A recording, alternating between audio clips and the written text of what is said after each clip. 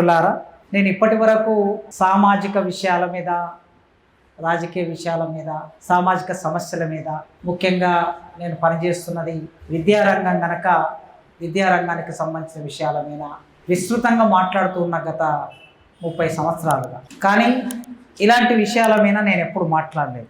అన్ని అంశాల మీద ప్రసంగాలు చేసేది, కానీ మన కమ్యూనిటీ నుంచి పేదవాళ్ళు, బడుగు బలహీన వర్గాలు పారిశ్రామికవేత్తలుగా ఎదగాలి, ఆర్థికంగా పరిపుష్టిగా ఉండాలి, తమ కాళ్ళ మీద తామే నిలబడాలి అనే అంశాల మీద నేను ఉపన్యాసాలు చేయలేదు. ఒక రకంగా ఇదే మొదటి ఉపన్యాసం అవుతుంది. అయితే ఒక 5-6 సంవత్సరాలుగా మాత్రం అడపదడప కొన్ని సందర్భం వచ్చినప్పుడు మన యూత్ను ఉద్దేశించి కొన్ని విషయాలు చెప్తూ ఉన్నాను. ఎందుకు ఈ విషయాలు చెప్పవలసి వస్తుందంటే, చాలా గ్రామాలకు వెళ్ళినప్పుడు, పట్టణాలకు వెళ్ళినప్పుడు, లేదా నేను యూనివర్సిటీస్ వెళుతూ ఉన్నప్పుడు మన పిల్లలు చదువులు పూర్తి చేస్తున్నారు, కానీ చివరికి ప్రభుత్వ ఉద్యోగం కోసం ప్రయత్నం చేసి ప్రభుత్వ ఉద్యోగం రాకపోయేసరికి నిరాశ చెందుతూ ఉన్నాం. ఈ నిరాశలో తాగుబోతులుగా మారుతూ ఉన్నారు, అగ్రకుల పార్టీలకి వాళ్ళకి సేవ చేసే కార్యకర్తలుగా మారుతూ ఉన్నారు, కుటుంబానికి భారం అవుతున్నారు, ఒకవేళ పెళ్ళి అయి ఉంటే భార్యకి బిడ్డలకి భారం అవుతున్నారు, సమాజానికి భారం అవుతున్నారు. ఇది చాలా ఇట్లాంటి విషయాలు నా దృష్టిలోకి వస్తూ ఉన్నాయి, చూస్తూ ఉన్నాను నేను. కనుక ఏం చేయాలి? ఇన్నాళ్ళు ఏం చెప్పాను నేనంటే, ఉద్యమాలు చేయాలి, పోరాటం చేయాలి, మన హక్కులు సాధించుకోవాలి అని చెప్తూ వచ్చాను. ఇప్పుడు కూడా చేయాలి, ఉద్యమాలు చేయాలి, పోరాటం చేయాలి, మన హక్కులు సాధించుకోవాలి. అయితే ఉద్యమాలు చేయాలంటే అందరూ ఉద్యమాలు చేయాలి, కొందరే చేస్తారు ఉద్యమాలు. మరి ఉద్యమాలకి దూరంగా ఉండే వాళ్ళు ఏం చేయాలి? వాళ్ళు ఏదో పని చేయాలి. ఒక్కొక్కరికి ఒక పని చేతన అవుతుంది. ఒకరు పాడతారు, ఒకరు రాస్తారు, ఒకరు మాట్లాడతారు. మిగతా ఏం చేయకపోయినా కొందరు ఏం చేస్తారు, మనం పోరాటం చేస్తున్నాం కనుక ఆ ప్రాంతానికి మనం ఒక 100 మంది వెళితే ఈరోజు మీకు మేము భోజనాలు ఏర్పాటు చేస్తామని అంటారు. వాళ్ళు అంత మేరకే చేస్తారు. వాళ్ళు కూడా ఉద్యమం చేసినట్లే 100 మందికి ఒక రోజు భోజనాలు పెట్టారు. అదేవిధంగా ఒక సభ నిర్వహిస్తున్నాం అంటే మీ సభకి నేను 1 లక్ష రూపాయలు ఇస్తా అంటారు. వాళ్ళు ఎన్నడూ ఉద్యమంలో ఉండకపోవచ్చు, కానీ ఆర్థికంగా వాళ్ళు సహాయం చేస్తున్నారు. కనుక ఇంతమంది సమాజంలో ఉన్నప్పుడు ఒక్కొక్కరి స్థాయి ఒక్కొక్క రకంగా ఉంటుంది, ఒక్కొక్కరు ఒక్కొక్క పని చేస్తారు. అందరూ ఒకే పని చేయాలని లేదు. ఇది నేను ఆలోచిస్తున్న క్రమంలో ఏంటంటే, మన సమాజం ఎటు వెళ్ళాలి, యువతరం ఎటు వెళ్ళాలి, కొంత విషయం తెలియకపోవటం మూలంగా కూడా ఏం చేయాలో తెలియదు. కొందరికి మార్గమే తెలియదు. మార్గం తెలియక ఉండిపోతారు. చాలామందికి ఎందుకు, నేనే ఉన్నానండి, ఉద్యోగం వచ్చిన తర్వాత మొట్టమొదలు ఏం చేస్తారంటే ఇల్లు కొనుక్కుంటారు ఎవరైనా.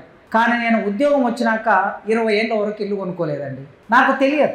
ఈఎంఐ మనము రెంట్కుంటాం, 10,000 15,000 రెంట్ కడతాం. ఆ రెంట్ డబ్బులు ఈఎంఐ పెట్టుకుంటే, ఇంకొక 20,000 కలిపి ఒక 50,000 ఈఎంఐ పెట్టుకుంటే, ఒక 50 లక్షల లోన్ వస్తే 50 లక్షలు పెట్టి ఇల్లు కొనొచ్చు అనే అవగాహన, అవేర్నెస్. నేను ఇంత సమాజంలో మాట్లాడుతున్నా కదా, నేను ఎవరిని ఏమి దోపిడీ చేసేది లేదు. నా ఉద్యోగము, నా జీతము, నేను ఒక 50 లక్షలు లోన్ పెట్టి ఇల్లు కొనుక్కోవచ్చు. కానీ నాకేముంది మనసులో అంటే, అప్పు చేస్తే మనం జీవితంలో బ్యాంక్ వాడికి ఎప్పటికీ రుణపడి ఉండాలి, జీవితాంతం జీతం అంతా అటే పోతుంది, అప్పు చేయొద్దు అనుకున్నాను నేను.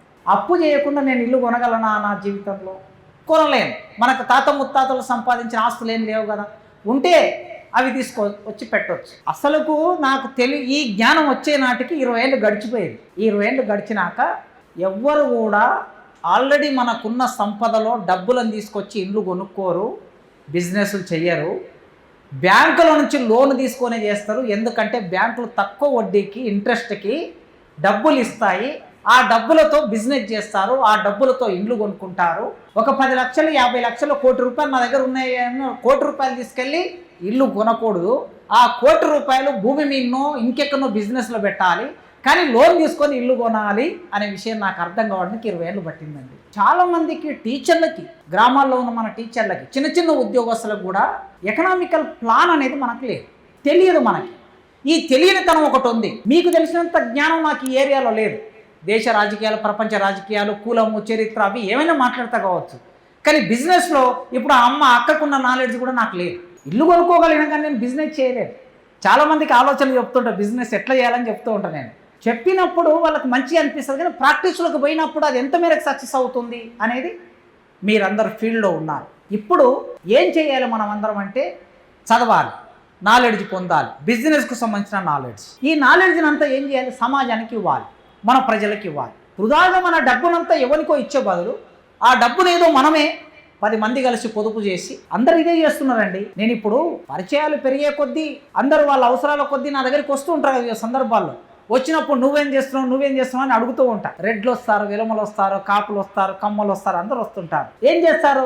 మేము 10 మందిని కలిసామండి, ఒక 10 కోట్ల రూపాయలు తెచ్చాము, పలానా దగ్గర పెట్టుబడి పెట్టాము, అది అమ్మేశాము, 20 కోట్లు వచ్చింది, డివైడ్ చేసుకున్నాము, మళ్ళీ 10 కోట్లు ఇంకో దగ్గర పెట్టుబడి పెట్టాము, ఇట్లా చెప్తున్నారు వాళ్ళు. 10 మంది కలిసి 10 కోట్లు పెట్టి బిజినెస్ చేస్తున్నారు వాళ్ళు. లేదంటే ల్యాండ్ కొన్నాము, అపార్ట్మెంట్ కట్టాము, అమ్మేశాము. ఈ నాలెడ్జ్, ఈ కెపాసిటీ మన సమాజానికి రావాలి. వేరే వాళ్ళకు మనం నేర్పాల్సిన అవసరం లేదు. ఇంట్లో కూర్చొని స్త్రీలు కూడా, ఆ కులాల వాళ్ళు ఇంట్లో కూర్చొని ఒక 10 అపార్ట్మెంట్లలో ఉన్నటువంటి ఆ స్త్రీలు అందరితోనూ చిట్టి వ్యాపారం నడుపుతున్నారు, సంపాదిస్తున్నారు, డబ్బులు ఇంట్లో కూర్చొని సంపాదిస్తున్నారు. కనుక మన దగ్గర డబ్బు లేకపోవడం ఒకటైతే సరే, డబ్బు ఎట్లా లేదు మన సమాజానికి, కానీ అసలు ఆలోచన లేకపోవడం అనేది ఇది పెద్ద ప్రమాదం.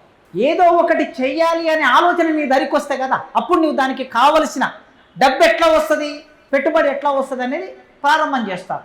కనుక మొట్టమొదలు ఆలోచనలు మనం ఏం చేయాలంటే ప్రేరేపించాలి. మన సమాజానికి ఇవ్వాలి, మన యువతరానికి ఇవ్వాలి, మన నిరుద్యోగులకు ఇవ్వాలి. విపరీతంగా డబ్బును వృధా చేస్తున్నది ఎవరంటే మన సమాజం, మన కుటుంబాలే.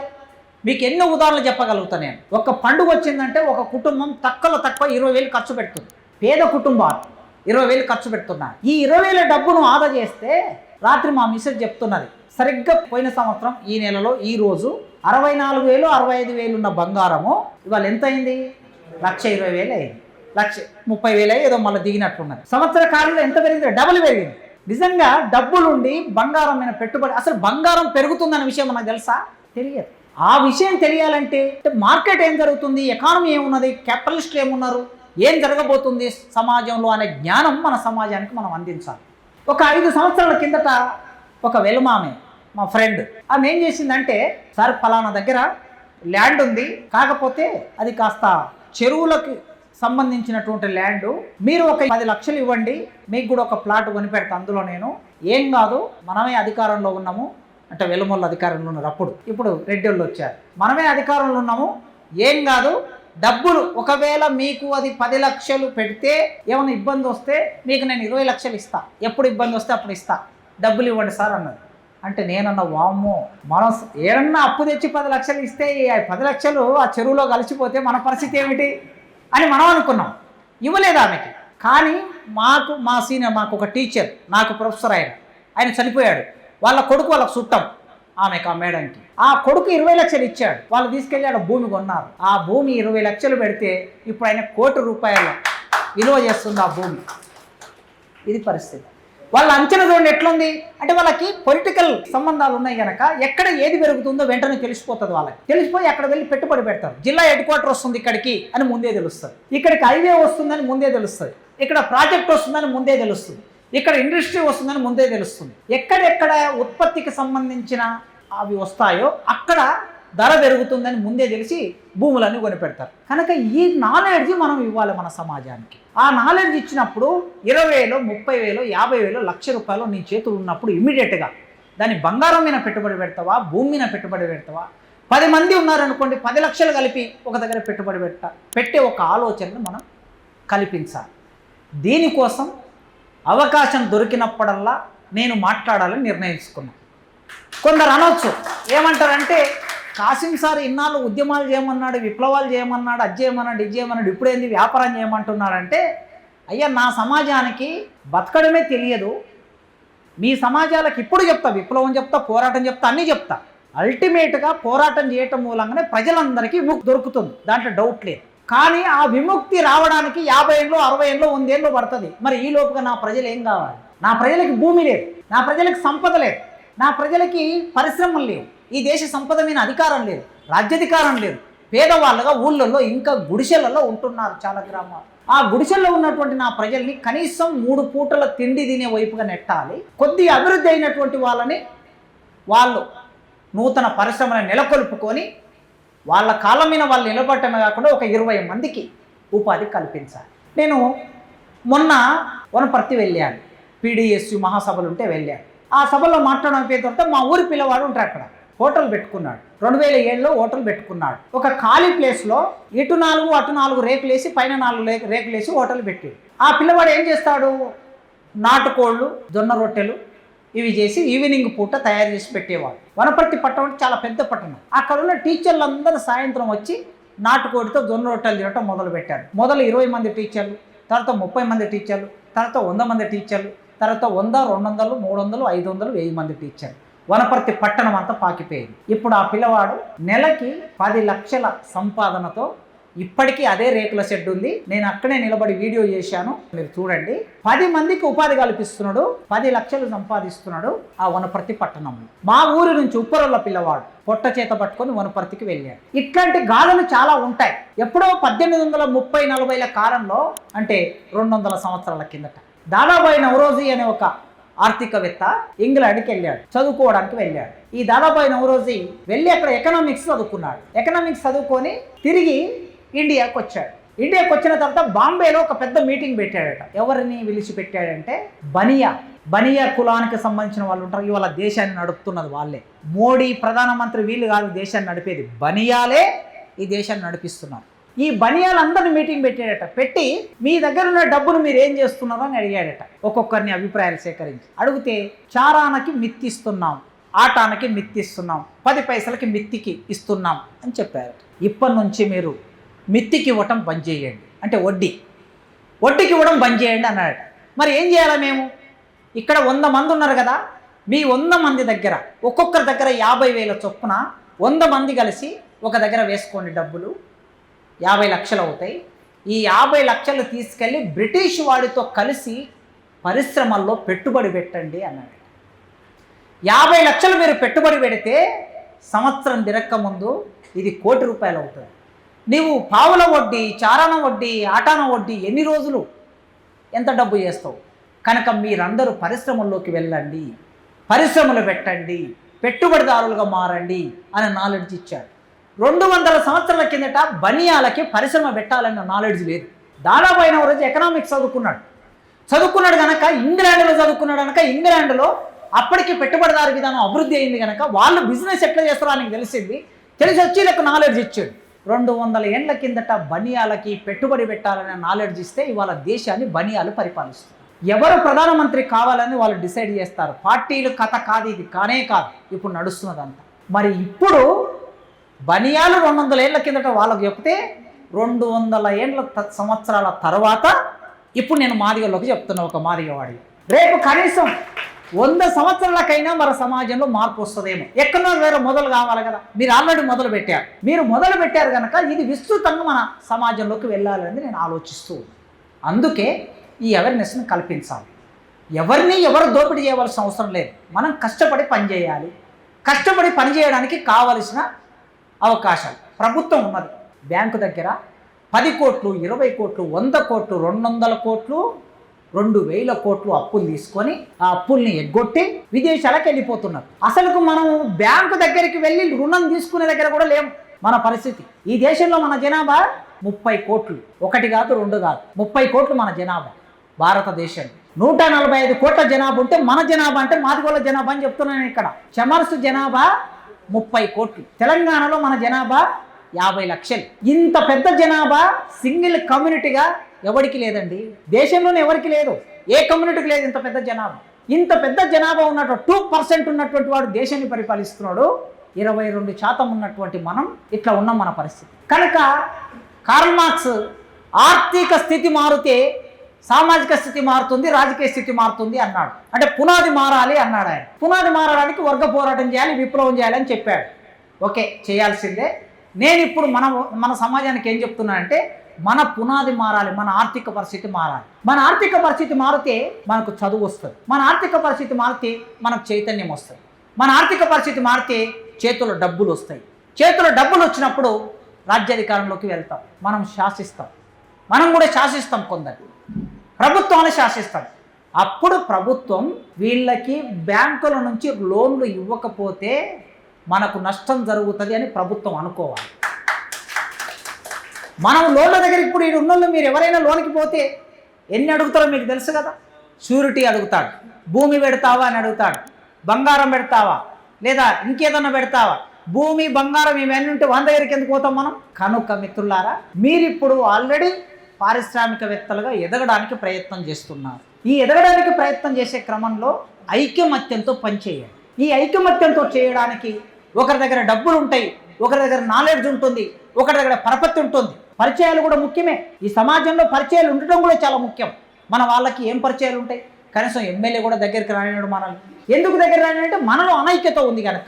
మనం ఐకమత్యంగా ఉన్నాము, మనం కూడా పెట్టుబడిదారులో ఉన్నాము అనే భావన వెళ్ళినప్పుడు ఖచ్చితంగా వాళ్ళు మన వైపు చూస్తారు, మనం చెప్పే మాట వింటారు, మనం ఏది నిర్దేశిస్తే దాన్ని నిర్దేశించగలుగుతాం.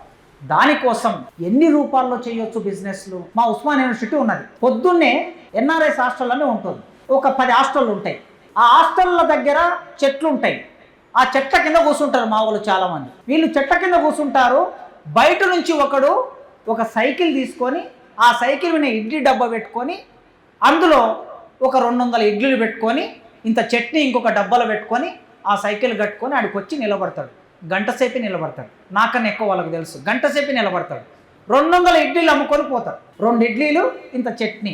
మినిమం 10 రూపాయలు వేసుకోండి. మినిమం రోజుకు 3 నుంచి 4 వేలు సంపాదిస్తారు. ఆయన ఇడ్లీకి, పిండికి, చట్నీకి ఒక 1000 రూపాయలు తీసేసినా కనీసం 2000 మిగులుతాయి కదా. భార్య ఇంట్లో పనిచేస్తుంది, ఆయన ఇక్కడ పనిచేస్తాడు. అంటే రోజుకు భార్యాభర్త ఇద్దరికి 2000 వస్తున్నాయి. రోజుకు 2000 వస్తే నెలకి ఇక మీకు లెక్క తెలిసింది కదా. ఈ సింపుల్ ఒక సైకిల్ మన చేతిలో ఉంటే సార్ ఎన్ని పనులు చేయొచ్చు. నేను మన మురళి గారు, ఆకునూరు మురళి గారు ఒకరోజు ఒక ఊరికి వెళ్ళి జనగాం దగ్గర అంబేద్కర్ విగ్రహ ఆవిష్కరణ చేసి వస్తూ ఉంటే టీ తాగుదాం ప్రొఫెసర్ గారు అన్నాడు. ఓకే సార్ అన్న తర్వాత వస్తూ ఉంటే అక్కడ టీ టైం అని కనిపించింది. ఆపిన తర్వాత లోపలికి మేము కారు ఆపి వెళ్తూ ఉంటే అక్కడ ఉన్న పిల్లవాడు పరిగెత్తుకుంటూ వచ్చాడు. వచ్చి నమస్తే సార్ అన్నాడు. నమస్తే అన్నాను. నేను మీ స్టూడెంట్ని సార్ అన్నాడు. ఎక్కడున్నాయంటే నిజాం కాలేజీలో డిగ్రీ మీ స్టూడెంట్ని సార్ అన్నాడు. ఓకే ఏం చేస్తున్నావు ఇక్కడ అంటే టీ టైం పెట్టాను సార్. సార్ లోపలికి వెళ్ళిన తర్వాత టీ ఇచ్చాడు. ఇద్దరం కూర్చున్నాం, నేను మురళి సార్ కూర్చొని మాట్లాడుతూ ఎంతకు తీసుకున్నావు ఇది ఫ్రాంచైజ్ అని అడిగాను. 5 లక్షలకు తీసుకున్నా సార్ అన్న. ఎంత వస్తుంది నెలకు అంటే 10 లక్షలు వస్తుంది సార్ అన్న. 4 రోడ్లు కలిసే చోట పెట్టాడు. ప్లేస్ కూడా చాలా ముఖ్యం మనకి. బహుశా పిల్లవాడి క్యాస్ట్ అడగలేదు నేను, కానీ ఎస్సీ బీసీ అయి ఉంటాడు. అంటే ఎన్ని రూపాల్లో చైతన్యపురిలో ఎప్పుడో నా దగ్గర 15 ఏళ్ళ కింద చదువుకున్నాడు ఒక పిల్లవాడు. మనము చైతన్యపురి అది దాటిన తర్వాత వనస్థలిపురం వెళ్ళే పనామా గోడౌన్స్ ఉంటాయి. ఆ పనామా గోడౌన్స్ సరిగ్గా ఇక్కడ ఎక్కే తర్వాత అక్కడ ఒక టీ కొట్టు పెట్టుకున్నాడు. రోజుకు 10,000 సంపాదిస్తాడు ఆ పిల్లవాడు. రోజుకు 10,000. ఏం బిజినెస్ చేస్తున్నాం అనేది కాదు. ఇప్పుడు చూడండి, అదేదో కిచెన్ వచ్చింది ఈ మధ్యకాలంలో, చాలా నడుస్తున్నాయి కదా టిఫిన్ సెంటర్లు. ఎక్కడ పడితే అక్కడ జనాలు విపరీతంగా తింటున్నారండి. ఇంట్లో వండుకోవడానికి కష్టమైపోయింది జనాలకి. విపరీతంగా తింటున్నారు. ఈ విపరీతంగా తింటున్నారు కనుకంటే ఏది బాగా నడుస్తుంది అంటే, మన ఊళ్ళల్లో హోటల్ పెడితే మన హోటల్కి ఎవరు రాడు అనుకోండి. మన హోటల్కి ఎవరు రాడు. హైదరాబాద్లో పెట్టినా కూడా వీడు ఏ కులపోవడం తెలుసుకొని వస్తారు మన వాళ్ళు. అంత మామూలు వాళ్ళు కాదు ఈ దేశంలో, భారతదేశంలో. హోటల్ బిజినెస్లోకి ఎంటర్ కాకండి దయచేసి. ఎందుకంటే ఏదో విధంగా తెలుస్తుంది, తెలిసిన ఇమీడియట్గా మానేస్తారు, మనం నష్టాలు పోతాం. ఎవరితోనైనా బిజినెస్ పార్ట్నర్గా చేరండి, అంతే తప్ప నేరుగా మీరు హోటల్ బిజినెస్ పెట్టకండి, సక్సెస్ కాలేదు. ఇప్పుడు చూడండి, స్నేహ చికెన్ సెంటర్ రామరెడ్డి. ఒక దగ్గర రామరెడ్డి స్నేహ చికెన్ సెంటర్ ఉంటే ఆ ఏరియాలో ఉన్న రెడ్లందరూ అక్కడనే కొంటారు. అసలు మన వాళ్ళు ఒక బిజినెస్ పెడితే మన వాళ్ళందరూ వెళ్ళి అక్కడ కొనాలనే చైతన్యం కూడా మనకు లేదు. మన వాళ్ళకి ఎట్లుంటో తెలుసా, వీంతో నేను కొనేది అని ఇంకో దగ్గరికి వెళ్ళి కొంటారు. ఇట్లాంటి వెనుకబడతాను వాళ్ళ తప్పు కాదు ఇది. అట్లా అనుకుంటున్నారంటే ఏమిటంటే వెనుకబడతాను, ఐకమత్యం లేకపోవటం. తక్కువ సంఖ్య ఉన్నవాడికి ఐకమత్యం ఉంటుంది, చైతన్యం ఉన్నవాడికి ఐకమత్యం ఉంటుంది, తెలివి ఉన్నవాడికి ఐకమత్యం ఉంటుంది. మనకి ఇది లేదు. లేకపోవటం మూలంగా ఈ వెనుకబడతనం ఉంది. వస్తుంది ఖచ్చితంగా. ఇవాళ మీరు 50 మంది కలిశారు. మీరు చేసే కృషి రేపు 50 లక్షల మందిలోకి వెళ్తుంది. ఒక్క రోజుతో ఏ రిజల్ట్ కూడా రాదు. 30 ఏళ్ళు మనం కొట్లాడితే వర్గీకరణ అయింది. 30 ఏళ్ళు కొట్లాడిన ఈ పోరాటం వలన మనలో కొంత చైతన్యం వచ్చింది. ఆ చైతన్యాన్ని ఇప్పుడు సరిగ్గా నడపాలి. సరిగ్గా నడపడానికి మీరు ప్రయత్నం చేయండి. మీరు ప్లాన్ చేసి మొట్టమొదలు మీ కాళ్ళ మీద మీరు నిలబడండి. పెద్ద పెద్ద లక్ష్యాలు పెట్టుకోకండి. అలా పెద్ద పెద్ద లక్ష్యాలు పెట్టుకొని దాన్ని చేరుకోలేక ఇన్ఫీరియారిటీకి గురైపోయి ఆగిపోయే ప్రమాదం కూడా ఉంటుంది. అప్పులో పడిపోయే ప్రమాదం కూడా ఉంటుంది. తక్కువ పెట్టుబడి పెట్టి ఎక్కువ వచ్చేటట్టు చూసుకోండి. ఉదాహరణకి సరే ఇప్పుడంటే స్కూల్స్ కార్పొరేట్స్ వచ్చింది, కానీ స్కూల్ కాలేజ్ అనేది పెట్టుబడి లేని బిజినెస్, ఎక్కువ పెట్టుబడి లేని బిజినెస్. ఒక్కసారి మనం బెంచీలు కొన్నామంటే 20 ఏళ్ళు ఉంటాయి. ఒక్కసారి బిల్డింగ్ రెంట్కి తీసుకున్నామంటే కంటిన్యూగా నడుస్తుంది. ఎక్కువ పెట్టుబడి ఉండదు, మామూలుగా ఏముంటుంది, చాక్ పీసులు, డస్టర్లు, రిజిస్టర్లు, ఇదే ఖర్చు ఉంటుంది. స్కూల్ ఎడ్యుకేషన్ మనం ఎవరు వెళ్ళలేకపోయాం అందులోకి. ఇప్పుడు తెలంగాణలో స్కూల్ ఎడ్యుకేషన్ అంతా రెడ్ డామినేట్ చేస్తున్నారు, ఆంధ్రలో కమ్మలు డామినేట్ చేస్తున్నారు. అసలు ఆ ఏరియాలోకి మనం ఎంటరే కాలే. వరంగల్లో మన మిత్రుడు ఒక అతను స్కూల్ పెట్టాడు. ఆయన ఒక్కడే నాకు తెలిసి మొత్తం తెలంగాణలో మన కమ్యూనిటీ నుంచి స్కూల్ నడుపుతున్నటువంటి ఆయన. అదర్వైజ్ వేరే ఇట్లాంటి బిజినెస్లోకి మనం వెళ్ళలేదు. పరంజ్యోతి, ఎగ్జాక్ట్లీ పరంజ్యోతి నడుపుతున్నాడు. కనుక మిత్రులారా, మనకి ప్రభుత్వానికి మనకి అనుసంధానం లేదు. ఇన్నాళ్ళు ఎవడు అధికారంలో ఉంటే మనం వానికి వ్యతిరేకంగా కొట్లాడుకుంటూ వచ్చినాం. మనకెవడు చుట్టం కాదు, మనకందరూ ఒకటే. అధికారంలో ప్రతి ఒక్కడు ఒకడే. మిగతా కులాల వాళ్ళు ఏం చేసినట్టే అధికారంలో ఉన్నోనికి దగ్గరగా ఉన్నారు. అధికారంలోనికి దగ్గర ఉండి ఏమైంది, వాళ్ళు కావలసింది చేసుకున్నారు. మనం ఇప్పటి నుంచి ఏం చేయాలంటే మనం కూడా అధికారంలో ఉన్నోడిని ఉపయోగించుకోవాలి. వాడు మనల్ని ఉపయోగించుకుంటున్నాడు కదా, ఓట్లు వేయించుకుంటున్నారు కదా, మన ఓట్లు వేయించుకుంటున్నారు కదా. కనుక మనం ఏం చేయాలి, మేము ఇదో 20 మందిమి లేదా 100 మందిమి మాదిగ పారిశ్రామికవేత్తలం ఉన్నామండి. అధికారంలోకి వచ్చిన తర్వాత మా పాలసీ ఏమిటి, మీరు మాకేమి ఇస్తారు చెప్పండి. లేదా రాష్ట్ర వ్యాప్తంగా ఒక 2000 మంది పారిశ్రామికవేత్తలం ఉన్నాం, మాకేమి ఇస్తారు మీరు అధికారంలోకి వస్తే, ఒక ప్రపోజల్ పెట్టాలి. డిక్కీ అనేది మొదలైనప్పుడు నర్రా రవికుమార్ నా సీనియర్, ఆయన నిజాం కాలేజ్, ఆయన తెలుగుదేశం విద్యార్థి సంఘంలో ఉండేవాడు, టీఎన్ఎస్ఎఫ్ అని సంఘం. నేను రాడికల్ స్టూడెంట్ యూనియన్లో నేను ఉండేవాడిని. నేను ఒక సంస్థ పెడుతున్నా బ్రదర్, మీరు రావాలి మాట్లాడాలి అన్నాడు. నాకు అప్పటికి పెద్ద నాలెడ్జ్ లేదు, ఇదేదో చేస్తుంటారు లేదు వీళ్ళు అనుకున్నా. డిక్కి పెట్టాడు, ఎక్కడెక్కడికి తిరిగాడు, ఎన్నెన్ని చేశాడు, నాకన్నా ఎక్కువ మీకు తెలుసు ఆ విషయం.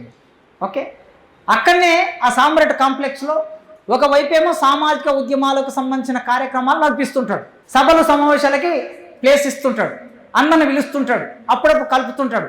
ఎందుకోసం ఇది, పరిచయాల కోసం. ఐఏఎస్ ఆఫీసర్లను పిలుస్తాడు, ఐపీఎస్ ఆఫీసర్లను పిలుస్తాడు, ఎమ్మెల్యేలను పిలుస్తాడు, పరిచయాలు పెంచుకుంటాడు, దాని ద్వారా పద్మశ్రీ వరకు వెళ్తాడు. మనకేమో అసలు పిలవాలనే నాలెడ్జ్ లేదు, మనం పిలిస్తే ఎవడు రాకపోవచ్చు. దాంతోపాటు మనలో ఏముంటుందంటే వాణ్ణేంది పిలిచేది, వీందేని పిలిచేది, ఒక నిర్లక్ష్యం అది కూడా ఉంది మన సమాజంలో. మన కొద్దిగా జీన్స్ ప్రాబ్లం ఉంది, మన జీన్స్ ప్రాబ్లం ఉంది. ఆ జీన్స్ ఏమిటంటే ఆత్మగౌరవం ఎక్కువ మనకి. వానికిందేందే, వానికింది సలాం కొట్టేది అంటే తప్పదు. మనం ఒక దగ్గరికి పోయినప్పుడు ఆత్మగౌరవం కాపాడుకుంటూ మనం పని చేసుకొని రావాలి. పని చేసుకొని రావాలంటే అందరితో పరిచయాలు పెంచుకోవాలి.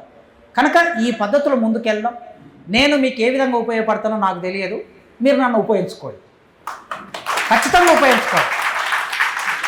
ఏ పద్ధతిలో ఉపయోగించుకుంటే ఆ పద్ధతిలో. నేను అనుకున్నా ఈ సమాజానికి నేను ఎందుకు ఉపయోగపడకూడదు, ఇన్నాళ్ళు రకరకాల పనులు చేశా. ఇప్పుడు ఈ సమాజంలో ఎవరో ఒక్కరు ఎదిగితే కొన్ని కులాల్లో ఆ ఎదిగిన ఒక్కడి ద్వారా ఎంతోమంది అది చేసుకుంటున్నారు కదా. కనుక నాకేమీ సమస్య లేదు, నాకు పెద్ద ఆశలు కూడా ఏం లేవు. నాకు ఉద్యోగం ఉన్నది, రిటైర్డ్ అయితే పెన్షన్ వస్తుంది, ఇల్లు ఉన్నది, సొంత ఇల్లు, నేను హాయిగా ఉంటా. నా పిల్లలు కూడా ఏదో చదువుకుంటారు. ఎందుకంటే నాలాంటి పరిస్థితి కాదు కదా. నేను హైదరాబాద్కి వచ్చినాడు మట్టి పని చేసుకున్నాను. హైదరాబాద్లో నేను డిగ్రీ చదవడానికి వచ్చినాడు లోతుకుంటలో గద్దరన్న ఇంటి పక్కల మా మహబూబ్నగర్ కాలనీ ఉంటుంది, పాలమూరు కాలనీ, ఆ గుడిసెల్లో ఉండి మట్టి పని చేసుకున్నా. ఆ రోజు నేను ఒకరోజు పని చేస్తే 20 రూపాయలు వచ్చాయి. ఎక్స్ట్రా పని చేస్తే ఇంకో 10 రూపాయలు వస్తాయేమో దాంతో పొదువుకులు పనిచేసి సాయంత్రం సిమెంటు లారీ వస్తే లారీ సిమెంటు బస్తాల కిందికి దింపేది, 100 బస్తాలు దింపేది, 100, 200, 150 బస్తాలు. ఒక్క బస్తాకి 25 పైసలు ఇచ్చేవారు. ఇవి 20 రూపాయలు, అవి ఒక 10 రూపాయలు, ఇట్లా ఒక 30 రూపాయలు వస్తాయి అని అట్లా పనిచేసి. ఇవాళ నా పిల్లలకు అవసరం లేదు కదా, నా పిల్లలు బాగానే చదువుకుంటున్నారు, నేను ఫీజు కట్టగలను. ఇప్పుడు నేను ఏం చేయాలి, నేను సమాజం కోసం చేయాలి, మీ అందరి కోసం చేయాలి, మనందరి కోసం చేయాలి. దానికోసం నేను కూడా కొంత అధ్యయనం చేస్తా. ఈ రంగంలో, వ్యాపార రంగంలో మీరు అధ్యయనం చేయండి. దాంతోపాటు ఎవరి దగ్గరికన్నా వెళ్ళాలనుకున్నప్పుడు మీకు సోర్సు దొరకదనుకోండి, నన్ను అడగండి. ఓ మినిస్టర్ దగ్గరికి వెళ్దామా, ఎమ్మెల్యే దగ్గరికి వెళ్దామా, లేదా ఒక పెట్టుబడిదారుడి దగ్గరికి వెళ్దామా, వాళ్ళ దగ్గరికి నువ్వు మాతో పాటు వస్తే మాకు చిన్న హెల్ప్ జరుగుతుందంటే చెప్పండి, వచ్చేస్తాం మీతో పాటు. అంతే, మనమేం చెడ్డ పని చేయలేదు, ఎవరిని దోపిడీ చేయటం లేదు. ఆ విధంగా ఫస్ట్ మీరు ఐకమత్యంతో ఉండండి, ఎవరిని మోసం చేయకండి. మీరు 10 మంది కలిసి ఉన్నప్పుడు ఒకే పద్ధతిలో ఉండాలి. ఏదున్నా ఫేస్ టు ఫేస్ చెప్పండి, వెనుకొకటి ముందొకటి చేయకండి. ఫేస్ టు ఫేస్ ఉండాలి. తప్పైతే తప్పని ముందే చెప్పాలి. వెనుకొకటి మాట్లాడడం, ముందొకటి మాట్లాడటం మూలంగా విశ్వాసం కోల్పోతాం. మన మధ్యలోకి ఇంకోటి దూరుతాడు. మనం ఒక పరిశ్రమ పెట్టామనుకోండి, అగ్రకులం కూడా ఒకటి దూరుతాడు, ఇంకెవడో దూరుతాడు. దూరి ఏమంటాడంటే, చూసినావా నీ పార్ట్నర్ ఏమన్నాడో నీ గురించి అని వాడే చెప్తాడు. వీడు ఏమన్నాడు, వాడు క్రియేట్ చేస్తాడు. అప్పుడు మన ఇద్దరం విడిపోవాలి, పరిశ్రమ దెబ్బతినాలి, వ్యాపారం దెబ్బతినాలి. ఎందుకంటే మన వ్యాపారం వలన వానికి పోటీ ఉంది కనుక. చాలా ఉంటాయి.